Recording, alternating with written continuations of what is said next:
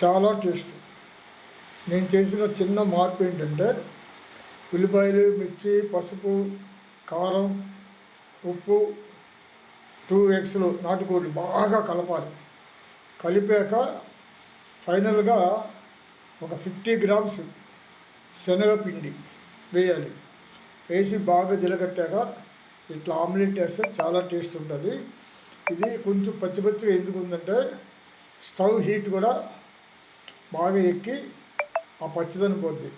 చాలామంది స్టవ్ కట్టేసినట్టు కింద పెట్టేస్తారు పెనం. అలా పెట్టొద్దు. ఆ హీట్ వల్ల కూడా మన హీట్ కూడా యూజ్ చేసుకోవాలి, వేస్ట్ ఏం చేయకూడదు.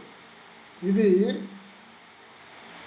కందిపప్పు కారం విత్ వెల్లుల్లితో దంచిన ఆ పౌడర్తో వేడి రైస్లో నెయ్యి వేసుకుని తింటే నా సామాన్యంగా అదిరిపోద్ది అంతే.